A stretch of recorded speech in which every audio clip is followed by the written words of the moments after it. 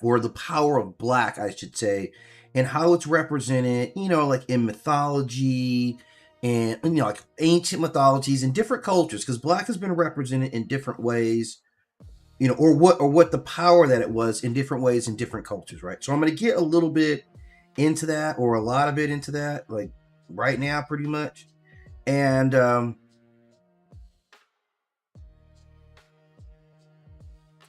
so this is the interesting part, right? So the interesting part. So when we talk, even in mythologies, if we go back to our oldest stories, right? What do we typically say? That before there was sunlight, there was black, right? That before even the first stars existed, before the first world had a name, before like time had actually begun measuring existence, there was this darkness, right? We all get that, right? That there was just like this prevailing darkness, right? That, like, the whole thing with that is that from this darkness, we get creation. We get creation from the darkness, right? Like, the darkness comes first, and the darkness, in a lot of ways, births what comes next, right? Like, darkness is kind of associated with, pathways between dimensions, creation itself, the womb ideologies, primordial waters, all that stuff is like black kind of being put on this idea of this intersection of us and creation, right? Hang on, I'm just getting to our shit. I just gotta watch the comment section, right? All right. So this idea of early representations of black as a power, this is kind of what it is. It lays out a lot of power. Like, this is not about black as opposite of white. This is not black.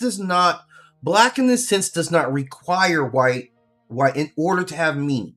These are almost two different concepts that we're talking about. Like, really, right? Like, this does not require white in itself to have any context, because it had already existed before, right? Like, prior to that contrast, we understood that this darkness existed in totality, right? We get that in the very, very beginning, and for a long ass time, there was only this prevailing blackness, this prevailing darkness. And then within that, we started producing all the other stuff, and we represent it in a lot of ways. Like, it got manifested in various gods. Like, this idea of this first power has gotten translated so many times, and I don't know if we're quite aware of, like, we're transmitting this power. But so I wanted to go back, and I want to draw the mythology to it and like connect the modern times, because this is what it initially meant when we talk about representations of black, like especially in early mythology, right?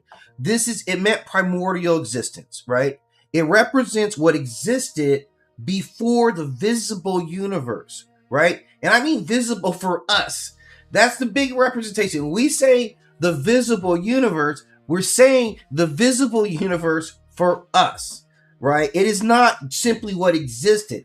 All this stuff existed. We just did not have the capacity to see it, like other things we don't do. So the visible universe is what we observe. And even when we understand the visible spectrums of light, it's like we see a very small band of all the visible spectrums of life, right? So that's what we have to understand. Like, darkness exists before, like, all this. Now what we have is a visible spectrum that we see as light, right? Now, a lot of time it comes from unformed cosmic waters. Like, we see those representations all the time, like the noon. It has this idea that the womb itself before birth, of course, is darkness. Like, literally, damn it, like literally, we're like, okay, you are born from darkness, right? What it represents is the infinite. It represents unrealized potential. It is beings older than the current world. That's actually where the hell that we actually live at, right? We know this, right? Right? We see like the awakening as such a big thing of what we see of this visible, while still acknowledging that there's all the stuff we actually don't see in the darkness. The stuff that we would call darkness is all hidden to us simply because we can't see it. Not that it doesn't exist, right? Not that it isn't something substantial. It only means that we are not able to actually perceive it, right? That's a different way of thinking about something. Not that this darkness is nothing. It's just that, yeah, darkness is something. Is everything's there. Everything literally is in there, right? There's all kinds of stuff going on in there. You just can't see it. That's the difference. That's the fundamental difference, is that we flip the hierarchy on this small visible spectrum of the world that we have the ability to perceive, and take that for the totality of the universe itself, right? Because all of it came from this. All of it comes from this primordial power, right? We say that light reveals what already exists, not any newest. Like, light only reveals what already exists. Darkness exists, everything, every potential, every power, every energy, all of it exists there. It simply has not taken form. That is what that ultimate concept actually means. Like, from whence we came from, that darkness, that's where everything is, right? Like, where you are isn't like, yeah, okay, where we are, sure, that seems great. It's what's visible to us on our very small spectrum of what we're able to see, just actually see, right? So also from this, we get from this darkness creation and manifestation, right? Primordial blackness contains possibilities, then it can produce realities. So it's creating matter from nothing, it's giving form to spirits, manifesting objects, weapons, producing living beings, and turning imagination or manifestations, intentions, into physical form. Black becomes the cosmic canvas on which existence itself is created. It is regeneration and resurrection. This is the clearest sacred associations. In Kemet, black was connected with the rich soil, its fertility, its regeneration, its renewed life. So Ausar's blackness communicates something deeper. It is the power of return from death, all that cycle. And we also have to remember that in a civilization like this, where with this soil, you have an ecosystem with the soil. We say things like ashes to ashes and dust to dust. We're talking about the soil. When you are gone, you return to the soil. You are coming from the soil. So when you talk about soil, don't let them disconnect you on what they mean when they're talking about soil. So all this stuff with Ausar, we get a lot of powers. Like, how does Ausar's actual powers manifest? I'm against that, but then we start talking about regeneration, resurrection, that's healing. We talk about time and eternity. We associate that with the powers associated black, time travel, immortality, existing outside of linear time, accessing past lives, seeing multiple future possibilities, returning to earlier states of civilization, repeating cycles of death and thus rebirth, right? The perfect black did all this stuff. So this is not about moving through time. It is somewhere where it meanders through time. Black is associated with space. It's associated with portals and dimensional travels. So we talk about places like the shadow dimension, the ancestral realm, the space between worlds. All these things we see are made up of this potential, right? This is a portal generating substance. It's a living void, right? A pathway through distances become irrelevant when we're talking about travel through this infinite. It is absorption and containment. It can take it all light. It can receive what's ever directed into it. Light, heat, radiation, magical energy, emotional pain, souls, physical attacks. All this stuff mythologies tell us is what darkness can actually take. It is a power that gives you concealment by blending into shadows, becoming invisible, hiding your own spiritual presence, concealing thoughts and intentions, protecting sacred knowledge, moving without detection. These are all things that we associate again with black, right? It's protection and invulnerability, right? Blackness operates as a boundary. It is shadow armor. It is impenetrable skin. Like, this is what we see manifested in like mythologies. I'm going to go through each of these. We talk about transformation, hidden knowledge. Like, black is associated with all this stuff. Sovereignty. So we see it. So the first one I was going to talk about, obviously, was, where you at, my man? Jeez. Ausar, right? Now, Ausar, man, I could cook on Ausar. He is said to be, or he was called, among other things, the perfect black, right? This is what he was, the deity was known at, right? This is a deity who comes to us from ancient Kemetic culture. His earliest surviving appearances were like 2400 BCE. So like for that culture, this is late 5th dynasty. Greeks would call him Osiris. So if you hear the name Osiris, they're talking about Ausar, right? That's Osiris's government name, right? His true power name is Ausar. Right? He is commonly known as Ausar, Wesar, or Wesir. So when you hear about the city of Wasar, right? That's a reference to him. This would have been his sacred city, right? Now his primary power, he played the role of the king of the dead.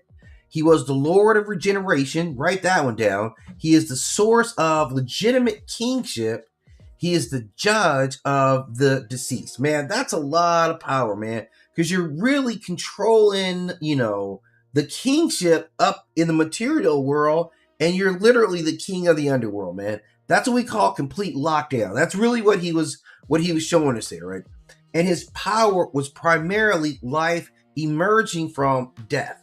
And let's remember this story. Like, he was the guy up on Earth who was said for the Kemetic belief system that he was building, pyramids. He was sharing knowledge. Like, he was the one who was bringing divine knowledge to the world. So he was kind of Prometheus, but on a grand, I would say even grander scale, because he brought more than just fire. He brought like agriculture. He brought architecture. A lot of sciences or early sciences he brought, right? So his sacred colors were said to be black and green, both for these times to be associated with fertility. Obviously, like we see, we accept the fertility of being like the land, right? And the fertility of the soil, but the soil and the people, in these mythologies are one. Think about the people who were writing these mythologies, right? So his symbols were the crook and the fail, the Atef crown. He's known for, he's literally the first mummy. Out of everything, all of his accolades, he's also the first mummy in existence. It was his wife, Auset or Isis, who performed the first mummification ritual on him and brought him back. Like that's how that whole thing went down. His sacred centers were Abydos, and he's also associated with fertile soil and grain. Now, he is a central figure in this belief system. He's remembered as the first sacred king, a ruler who established civilization, cultivates the land, right, and governs according to divine order. His mythology begins with kingship, but it does not end there. After he is murdered, dismembered, and deprived of his earthly throne, yet his death does not ease his authority, right? That's the boom shot right there. Through the divine power of Auset, his body is restored, his life force is reactivated, and he becomes the eternal sovereign of the astral realm. Boom. Now I'm permanently the king of this. So he represents the Black King who cannot be broken, who can be broken but not destroyed. His power moves through death, ancestry, and future generations. So he controls the kingship. The kingship comes ultimately through his line, like up here, and he is the eternal one down there. What does eternal mean? That means forever. Like, that's it. He's got that one unlocked. So his earliest texts go all the way back to like late 5th century, 6th century. So we know a lot about his account. He's heavily documented in the pyramid texts. This is like 2,400 years ago. So he's got it in. He's the divine, for him, he's the divine like royal family for their belief system, right? Geb's his father. He's the embodiment of earth. Nut is his mother. She's the embodiment of the heavens. They come together, bam. And then you got Set, his sister wife. Yeah.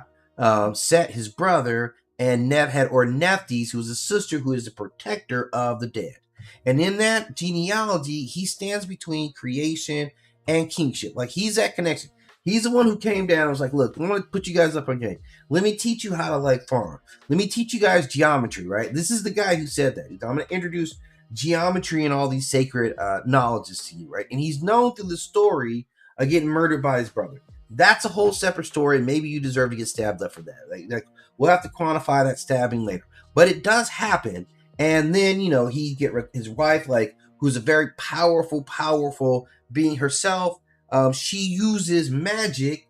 The first one, she's the first one to have this, right? She's the first one. And she used her magic, which is incredibly powerful. And she brings him back from the underworld, like, for a brief time. And they consummate. And then they get a son, right? So that's how he propagates the line. So very, very powerful story. And, this is how this is the comeback story. But he was the rightful king that was, murdered. His body was desecrated, thrown all over the place.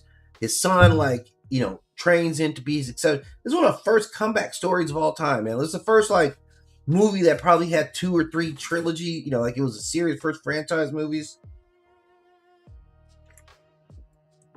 Because Haru wins in the end, like, you know, he comes back and gets his, you know, he gets a war, you know. They have a couple of fights, but ultimately it goes back to his son.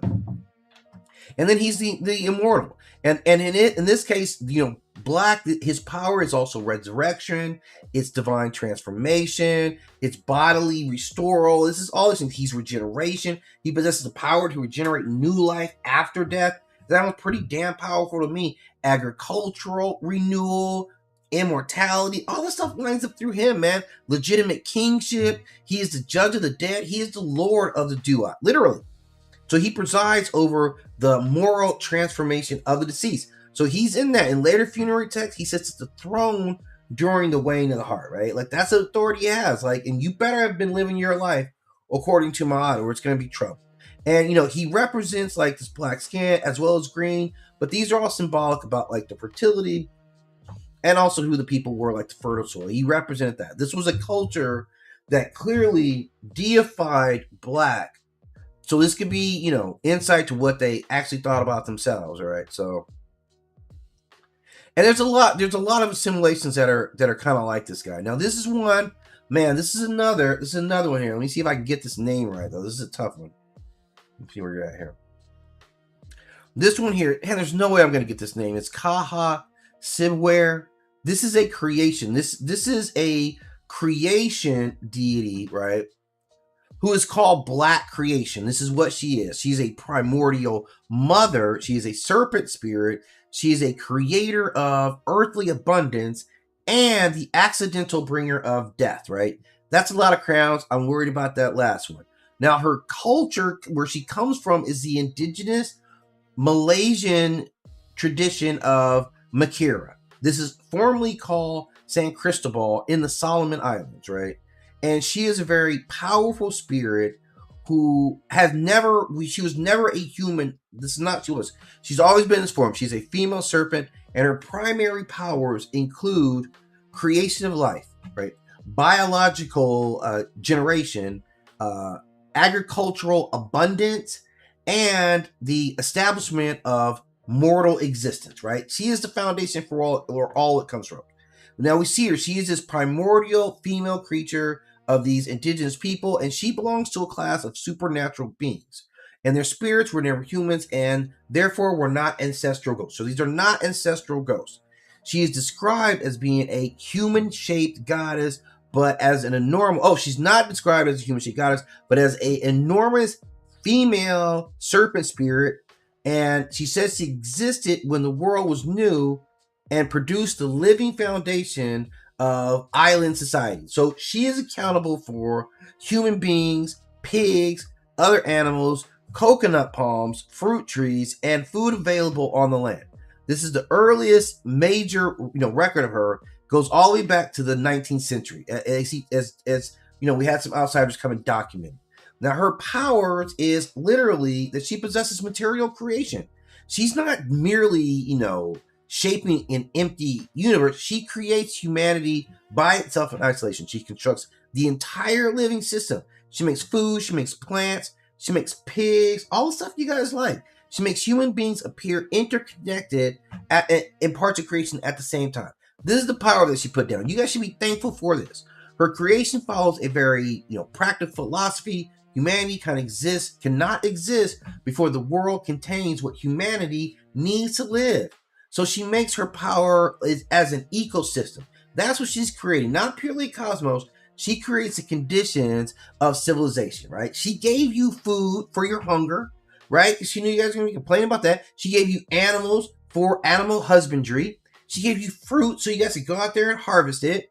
And she gave you nature. She put you in there, not above any of this stuff. But she's like, I'm giving you the stuff that you guys need to work it out. Like, basically, I gave you everything. You need to work it out. I've given you guys abundance, right? So the first world was so abundant that the fruits just grew, man. We didn't have to do anything, man.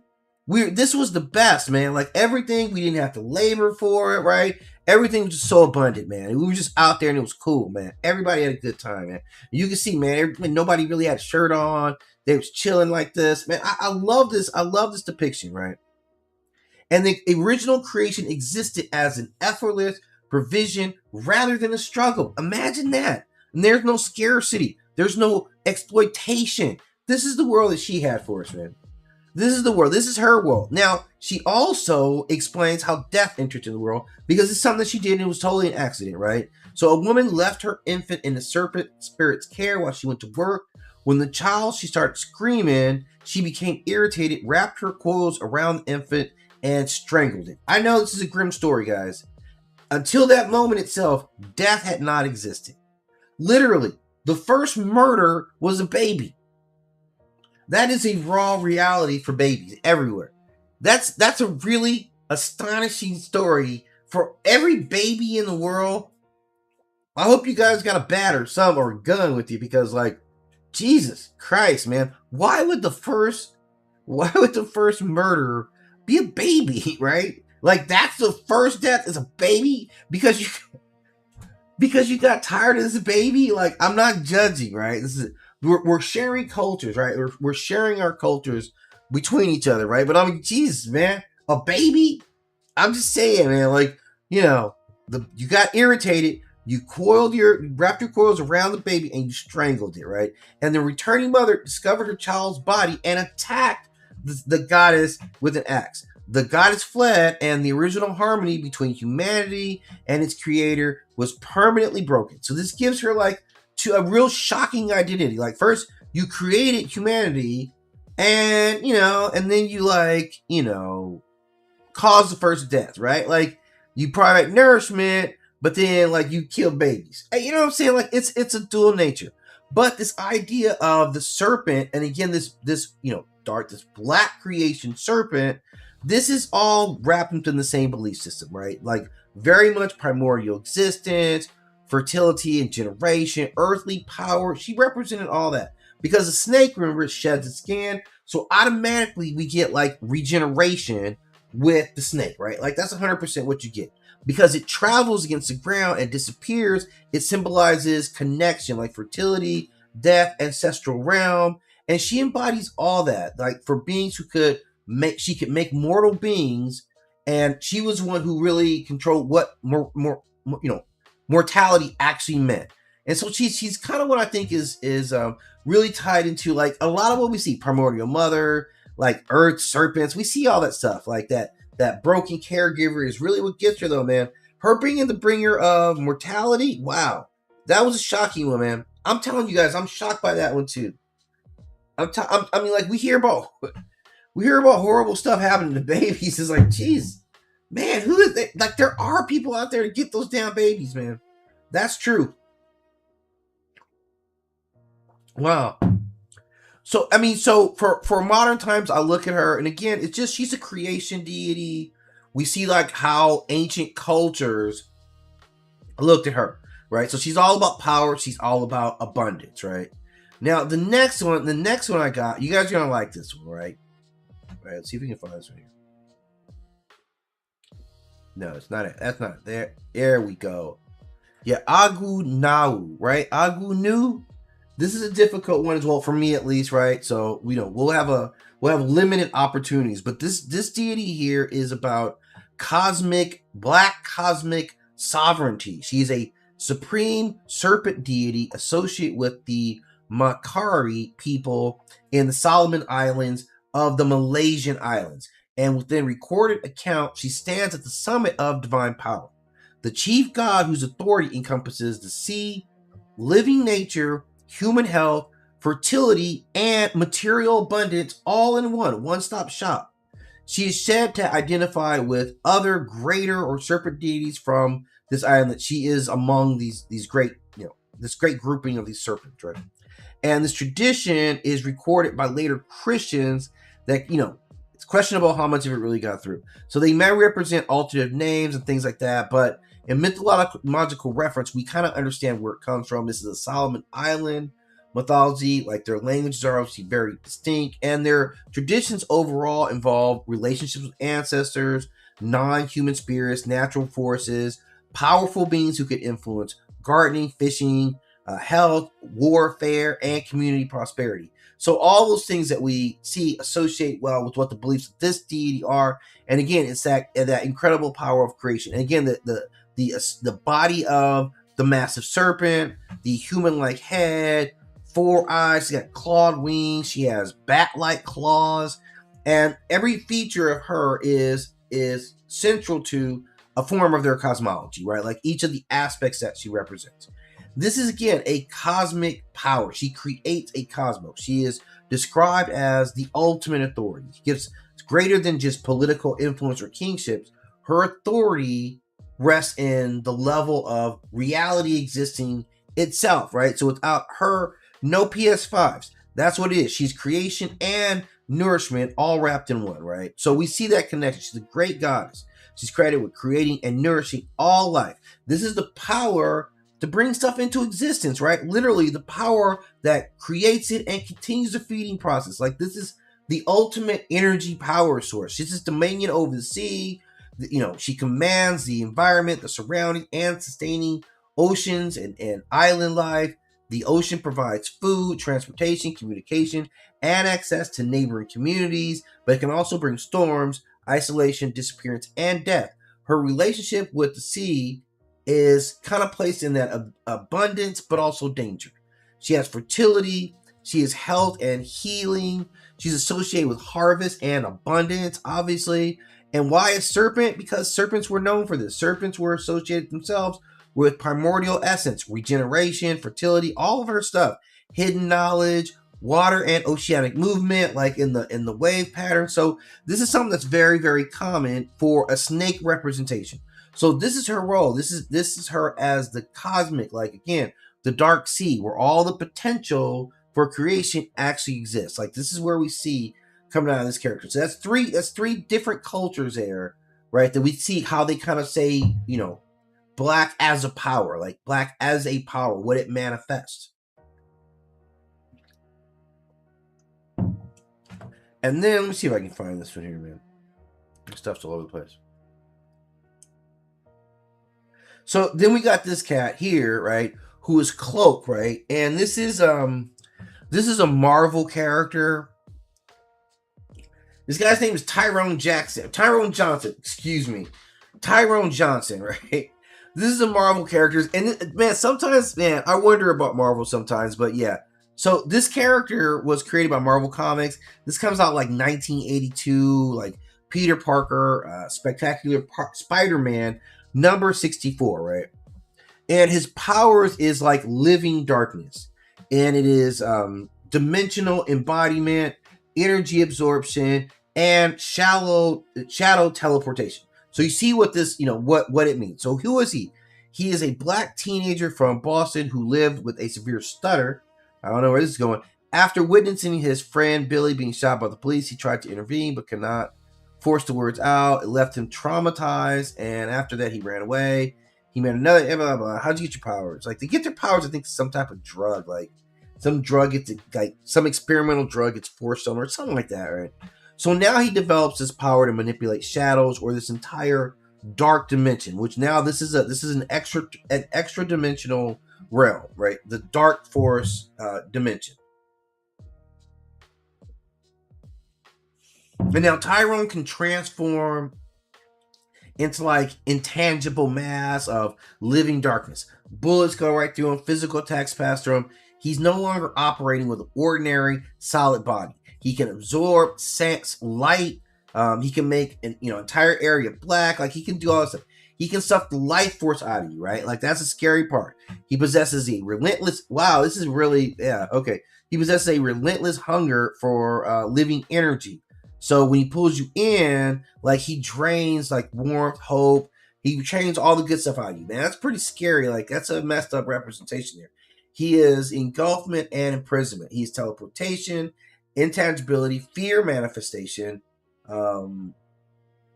He's pretty raw, man. Like this guy isn't like a dark evil. I don't know if it's a dark evil dark, but it's definitely like a cold, like psychological, like killer. This Black that he represents, it's very much like You know, it's very, very much like it's a very different kind of black, I think.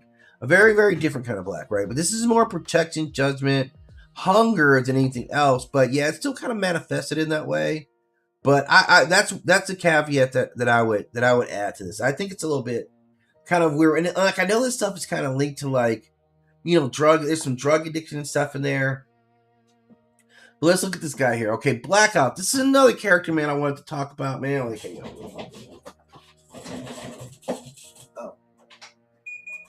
man, I had to turn my AC on. Okay, this is another character here, like in that same vein, right? A very cool character right here. This is Marvel Comics character, like another Marvel joint, right? And this character is Blackout, right?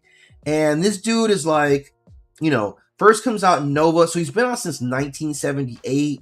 He was created by Marv Wolfman, which I remember some of his stuff. Carmine Infantino and Tom Palmer. And of course, he's associated with the Masters of Evil, right? So that's the crew that he's down with, right? And his power is also the Dark Forest Dimension, okay? So Marvel's sticking true to the game on this. It's Dark Forest Dimension. Of course, you're also a super villain, is what you are, okay? But that's all right, okay? At least you're working down there, okay? Now, here's the thing, okay? He is a physicist and a laboratory assistant working under Dr. Abner Crow, whose experiments attempt to draw energy from other dimensions. An accident always flooded Daniel's body with Dark Force energy, coincidentally, permanently connecting him to the Dark Force dimension. And he took on the name Blackout, and it's been on ever since, right? Ever since he got hit, he immediately was like, yeah, I'm 100% down. I already have a name. Like, he had his name that same day. You know what I'm saying? Like, first of all, as soon as he realized that he had powers, he immediately accepted. Like, he didn't have a long period of like, I gotta show you that these powers work. You know what? Nobody had to convince him to use his powers. As soon as he realized he had powers, he was like, "Yep, let's go." And I already got my name. I have my name right now. That shows you like what he was all about. He literally had his name before, so he took the name, you know, Blackout, and now it was it, right? So he killed the racist teacher who was messing with him for some odd reason. And now he just became like, you know, paranoid, unstable. So this is what he is, though. What are his powers? Like, this dude is like some deep, again, Dark Force powers. His body function as a living connection to the entire dimension of negative light. Wow, it's all negative and light absorbing. It's all negative and light absorbing, right? It's not potential or any of that stuff. You guys are changing here. So he can project powerful blasts of extra dimensional energy. He has darkness generation. He can make stuff dark. He can make solid constructions. He can create portals, dimensional imprisonment in that said zone. He has teleportation, flight, and energy absorption, and defense. So, you know, he's a pretty powerful being there, right? He can really change the battlefield himself. And we've seen like, yeah, I've seen him rolling with Moonstone and Dr. Zemo. Yeah, I'm familiar with this character, man. Like, yeah, he's got a different kind of association with the Dark Force, right? He creates, yeah, you know, a little different. But yeah, like a similar, you can kind of see how this representation of like Dark Force is, like how he compares to Cloak, you know.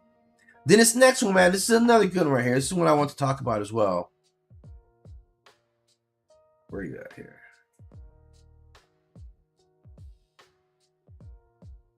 Darkstar. Yeah, Darkstar was another character I remember back in my day, like in my heyday of reading comic books. Another Marvel entry into this one is this character Darkstar, right? Like we remember Darkstar. Okay, I'm gonna have to move you over. Let's see. Yeah, this is a Marvel. This is created by Jenny Blake Isabella. And this is a Russian-born character, right? A Russian-born character, former Soviet Union. She's a mutant superhero and a government operative. Wow, all right. Her first affiliations were the Champions of Los Angeles. Man, I don't know if any of you guys remember the Champions of Los Angeles, man, but that was a great one. I know Angel, like Warren Worthington was in that group, obviously. I don't know who else is in that group, right? But she was also a Soviet super soldier She's part of the Winter Guard and the X Corporation. And her power source was also the Dark Force dimension. So she had a twin brother who was a physicist, and he had an accident, right? And you know, that's how it went down. Yeah. So she got her powers that way, man. So basically, yeah, it's kind of rough. And then the government used her and said, "Yeah, you about to be a Russian spy, right? Like you spy ski, right?" So her power is still this connection to the dark force, this extra dimensional power. She can pull dark force energy into an ordinary space and compress it into physical objects. These constructs possess approximately strength and density of steel. That's pretty damn good. So she commonly creates walls and defensive shields, spears and containment fields, columns and platforms, ring and constraints, piercers and grasping shapes, right? Bridges and supporting structure. This is not shadow manipulation. She is manipulating blackness as solid matter, like on a particle level. She can project dark force energy, which I think will slap the shit out of you. It's concrete forces. She has concussive force. She can create dimensional portals, very common.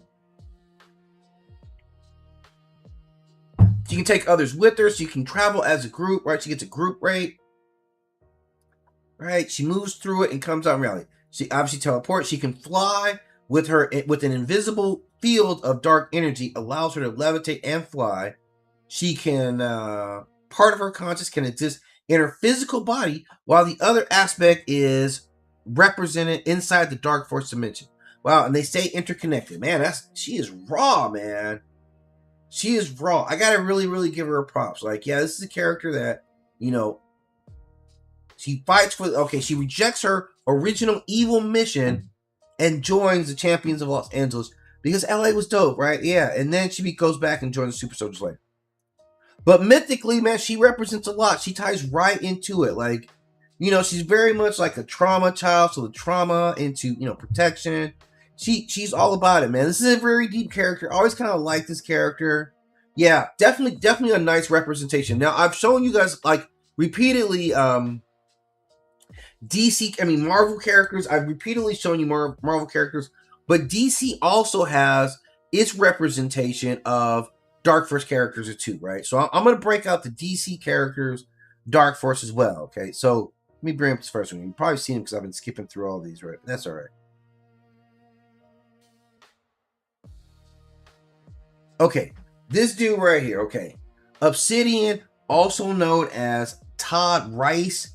This is a DC Comics joint right here. He first appears in All-Star Squadron. I remember that book back in number 25, back in September of 1983.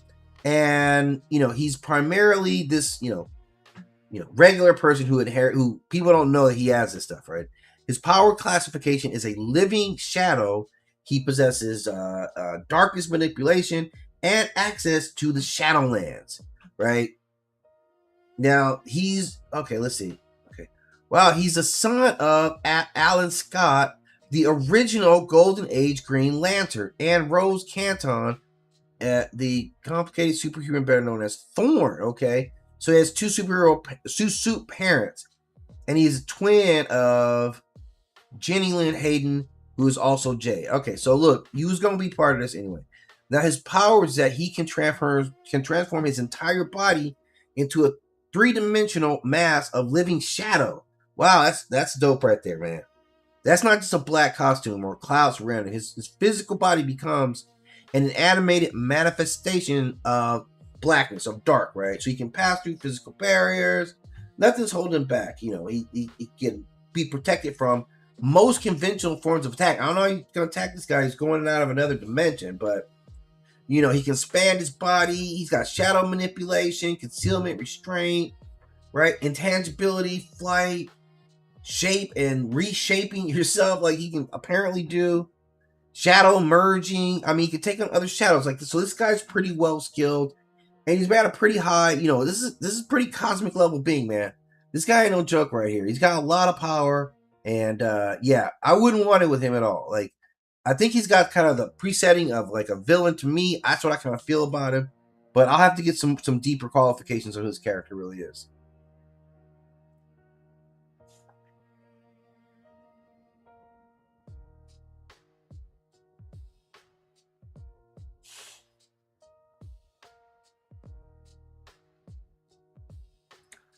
All right, let's look at who's this Nightshade. Yeah, I like this character Nightshade. Hang on one second. Let me get to my notes on Nightshade here. Okay, this is a DC character. This is a DC Comics character here. This is Eve Eden is her name, like Nightshade, right? And she first came out in 1966 in Captain Atom number 82, right? And David Kaller and Steve Ditko. Now, this is supposed to be like a magical being, a dimensional royalty, right? A magical being, super